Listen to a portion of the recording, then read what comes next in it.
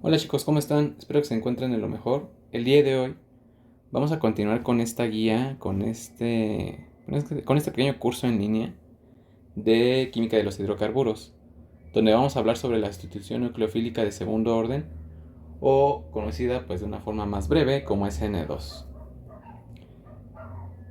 Y bueno, como verán, estamos trabajando en una nueva modalidad que es esta pizarra electrónica. Espero les agrade y que pudieran darme una retroalimentación al respecto, si les agrada, si no, si les gusta más el pizarro normal o pues algo.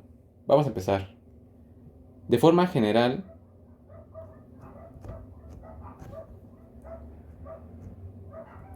nosotros vamos a tener una sustitución nucleofílica de segundo orden que esta reacción, bueno, se va a llevar a cabo entre un nucleófilo y un halogenuro de alquilo. Se puede llevar a cabo en otro tipo de compuestos, como son los que tienen presente un grupo carbonilo o un buen grupo saliente. Pero en este video nos vamos a centrar en los halogenuros de alquilo. Al reaccionar nuestro nucleófilo con el halogenuro de alquilo, lo que ocurre es que se forma un enlace entre el nucleófilo y el grupo alquilo y se desprende un ion haluro. Bueno, eso es de forma general, pero antes vamos a revisar algunas características de esta reacción.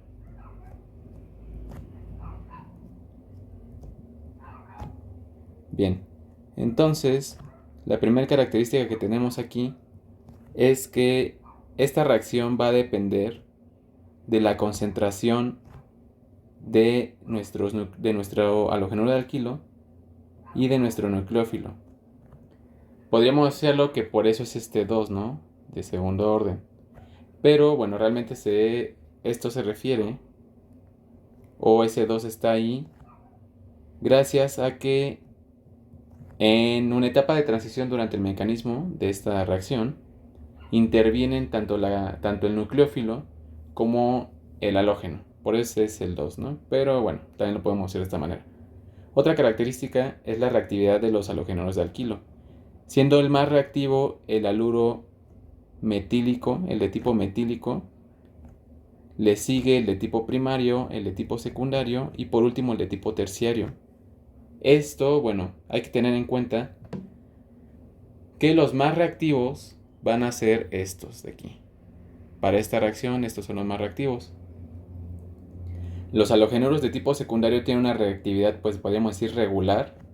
Y por último, los terciarios son muy poco reactivos. En caso de que lleguen a reaccionar, reaccionan a una velocidad muy baja, muy lento, o de plano no reaccionan. Entonces vamos a tratar de considerar que no reaccionan, salvo casos específicos donde, bueno, pues se aplican algunas excepciones, pero en la mayoría de los casos no es así.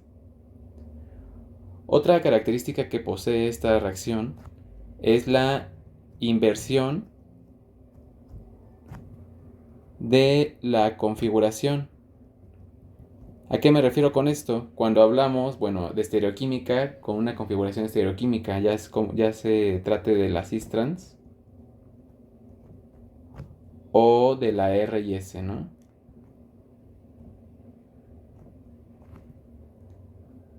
Es decir, cuando hablamos de inversión, si partimos de un halogeno de alquilo cis, se invierte a trans y viceversa, ¿no? Si partimos de un trans, se va a invertir a un cis. Y lo mismo en R y S. Bueno, otra característica es que requerimos de nucleófilos fuertes.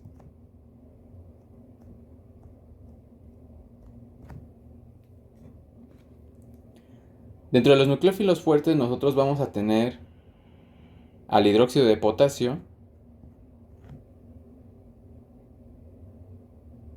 a los alcóxidos. Estos alcóxidos generalmente son alcóxidos de cadena corta. Los de cadena larga, pues igual podríamos decir que aplican, pero tienen un bajo poder nucleofílico. Entonces, pues mejor los de cadena corta. Lo voy a poner aquí abajo porque ahí ya está como muy encimado. Dijimos que el hidróxido de potasio, los alcóxidos de cadena corta, la trifenilfosfina o las fosfinas como tal.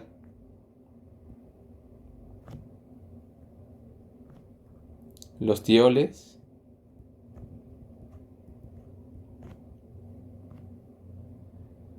los ioduros, que también, bueno, son buenos nucleófilos, el amoníaco o bien aminas. También los aniones acetiluro,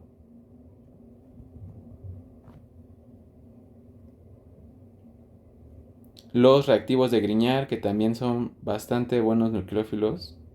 Aquí lo tenemos. Los nitrilos.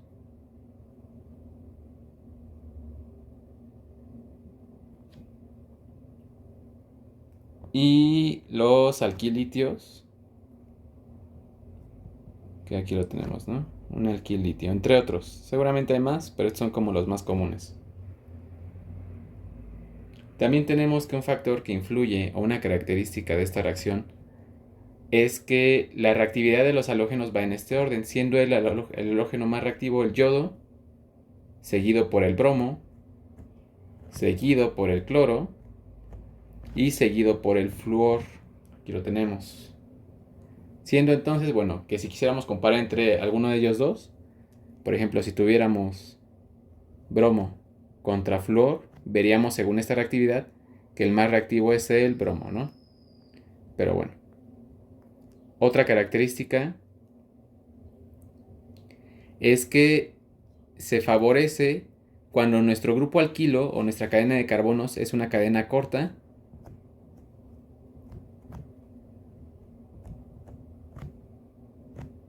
y con poco impedimento estérico.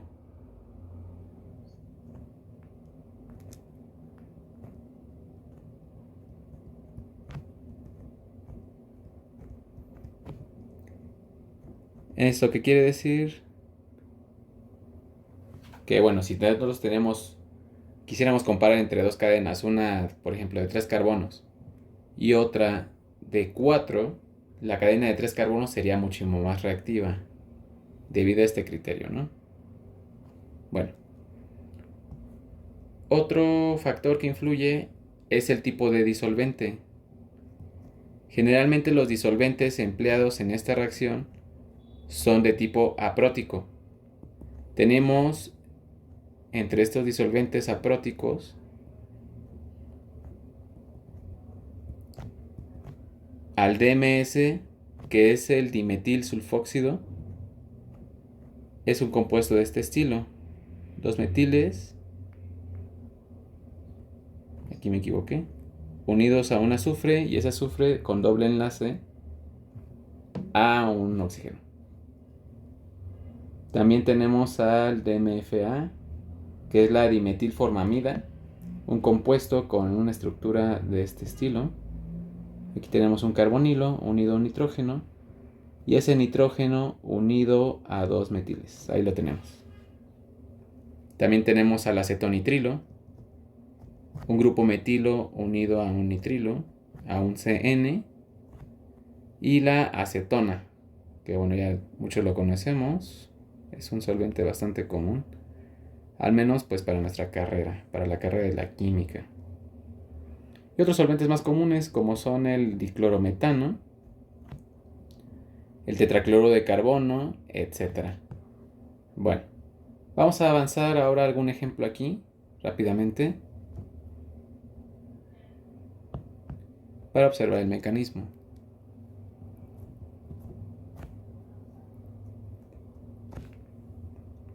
Bien, vamos a partir aquí con el yodometano, que va a reaccionar con hidróxido de potasio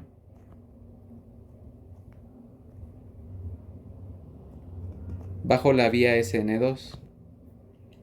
Según el esquema que vimos al inicio, aquí la parte nucleofílica, pues bueno, es el grupo hidroxi. Según el esquema que vimos, se va a formar de esta reacción un enlace entre el nucleófilo y nuestro grupo alquilo, de forma directa, ¿no? Y como su producto en este caso tendríamos yoduro de potasio. Ahora, bueno, vamos a observar el mecanismo de reacción.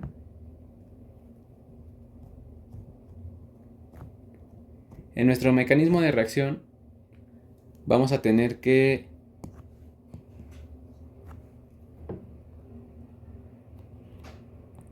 el iodometano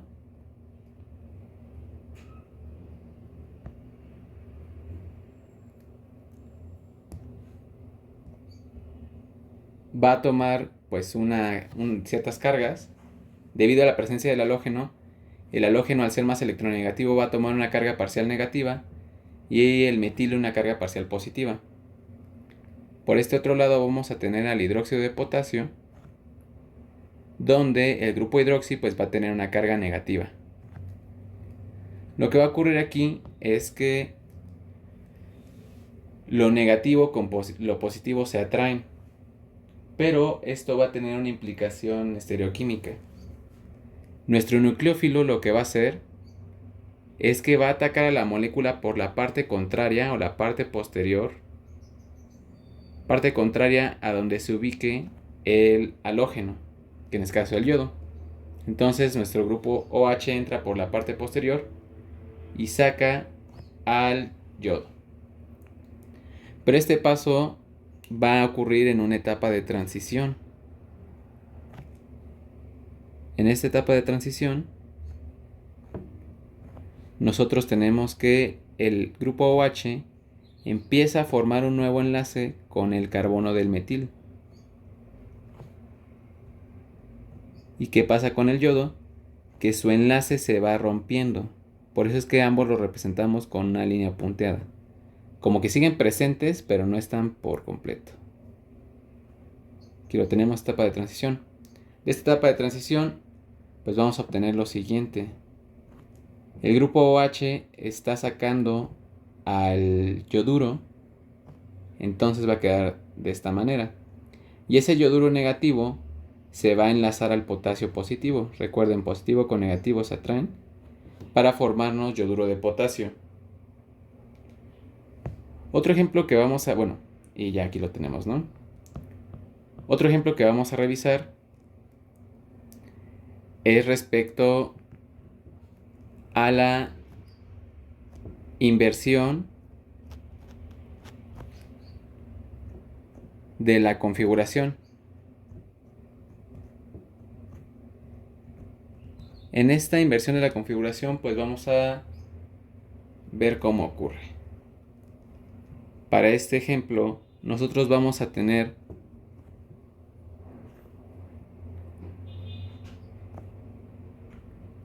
al cis, uno bromo, 3 metil, ciclopentano.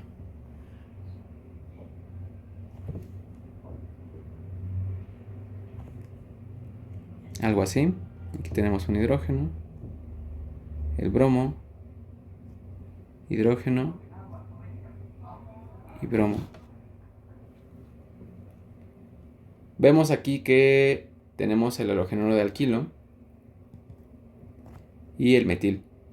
Debido a que el bromo es más electronegativo que el carbono, va a tomar una carga parcial negativa y el carbono una carga parcial positiva. Para este ejemplo vamos a volver a utilizar el hidróxido de potasio, donde el grupo hidroxi va a tener una carga negativa. Y ya sabemos lo que ocurre, negativo con positivo se atraen. El grupo hidroxi va a atacar por la parte posterior o por la parte opuesta a la que se encuentra el bromo al carbono parcial positivo.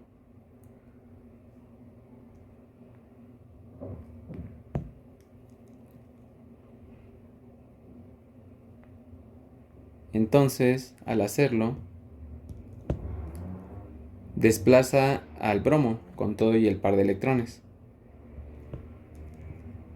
Y ocurre la etapa de transición.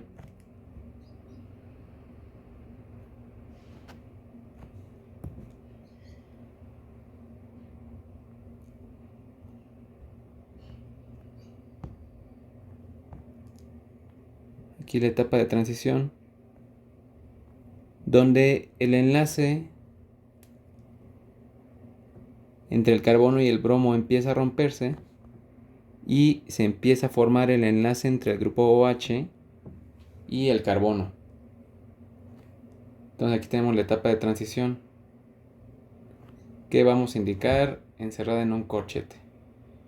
De este paso, pues lo que vamos a obtener finalmente es nuestra molécula, que en este caso sería un alcohol.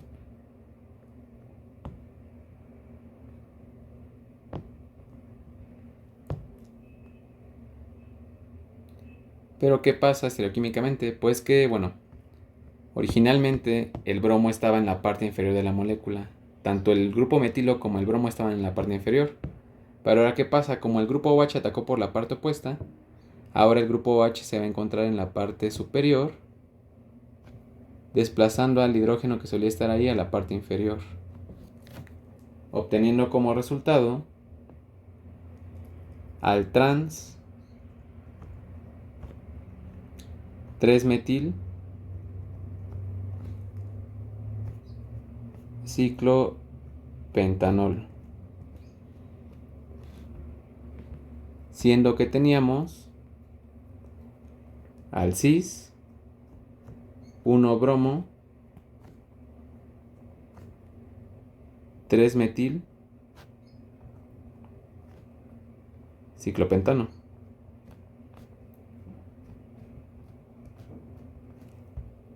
Y bueno, esto sería todo por mi parte.